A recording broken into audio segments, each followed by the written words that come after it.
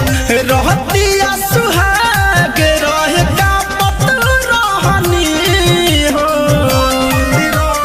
रे सखी रहतिया सुहाग रहे का पत रहनी पियावा चापत रहे हो हम हाफत रहनी पियावा चापत रहे हो हम हाफत रहनी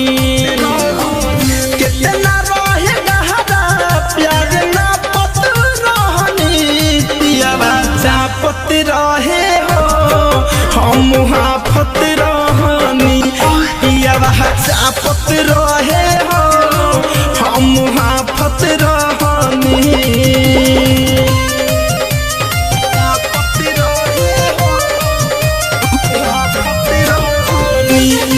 माँ सरस्वती रिकॉर्डिंग स्टूडियो दिल्ली।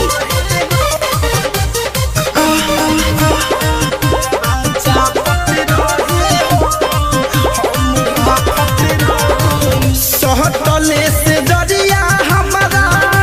बैठी पदरिया पियावा दियावा बुतहिले सोचले न रही जवन हमारा से खेला रत भर कैले सटले से दरिया हमारा बैठी पदरिया पियावा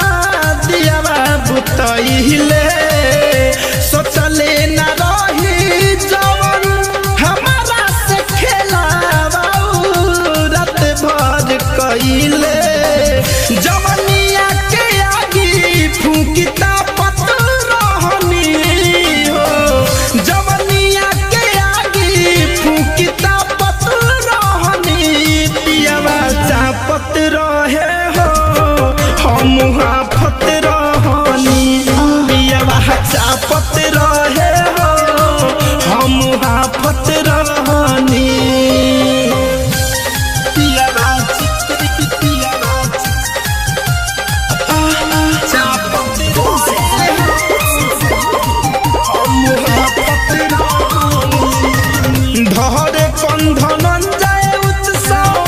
साजा में मजा हमारा बगे बुझाई महासुम कवि सभी खोला चट पहले मोर जवनिया के खाई रे सखी धरे कंधन जाए उत्सव साजा में मजा हमारा बगे बुझाई महासुम कवि सभी खोला चेक कैले हमारा जवनिया के फाइल बेहरी बेरी खोलस हम तो पत रहनी बेरी बेरी खोलस हम तो पत रहनी पियावा चापत रहे हो हम हाफत रहनी पियावा चापत रहे हो हम हाफत रहनी कितना रहे गहरा प्यार ना पत रहनी पियावा चापत रहे हो हम हाफत रहनी पियावा चापत रहे हो हम हाफत रहनी। माँ Saraswati recording studio Delhi. RCM music new app अभी डाउनलोड कीजिए हमारे गूगल प्ले स्टोर से और पाए भोजपुरी लोकगीतों का एक से बढ़कर एक ऑडियो वीडियो सॉन्ग बिल्कुल मुफ्त।